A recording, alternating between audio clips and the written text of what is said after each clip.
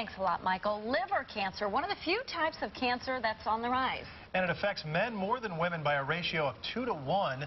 Joining us now, medical oncologist Dr. Jag from Cancer Treatment Centers of America to talk about some ways that you can try to avoid this disease.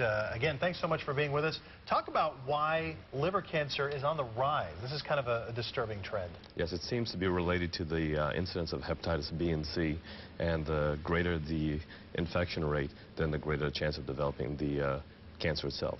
Okay, so avoiding hepatitis B and C would be the #1 way then to avoid liver cancer, and there are vaccines available. Right, so the important thing to do is to get the hepatitis B vaccine. We don't really have a vaccine for hepatitis C, but avoidance of risk factors such as IV drug use, promiscuous sex, and so forth can reduce the incidence of hepatitis C.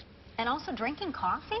Drinking coffee, absolutely. There's a study that showed that drinking 2 cups of coffee a day can reduce the incidence of hepatocellular cancer about 43%. That's huge. It is. Now, if someone gets liver cancer, what's generally the prognosis, and what are some treatments that would be best for liver cancer? It really depends on how early the stage is. If it's found early, it can be resected, that is cut out.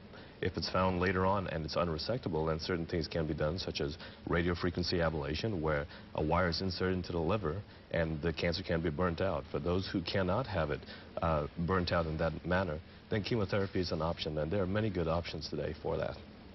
Okay, so we're seeing those treatments that are offered at cancer treatment centers on the screen now. Before, when we were seeing the risk factors, the things that make it more likely for you to get liver cancer, blue-green algae was on there. That was kind of a surprise, and that was something we were talking about in the news over the summer. Yes, there's a toxin that's actually released in the blue-green algae called microcystin, and it's commonly found in areas where the water is contaminated with, and people drink this. And unfortunately, because of that contamination, they develop the liver cancer, mainly in China. We don't really have that problem here, but it can happen. Why are women more at risk than, why are men more at risk than women? You know, that's interesting. We're not really sure why that is, but a recent study came out showing that men are more susceptible to cancer than women overall. It was very surprising. That is surprising. Great information. Again, as always, thank you so much for coming on. Thank you.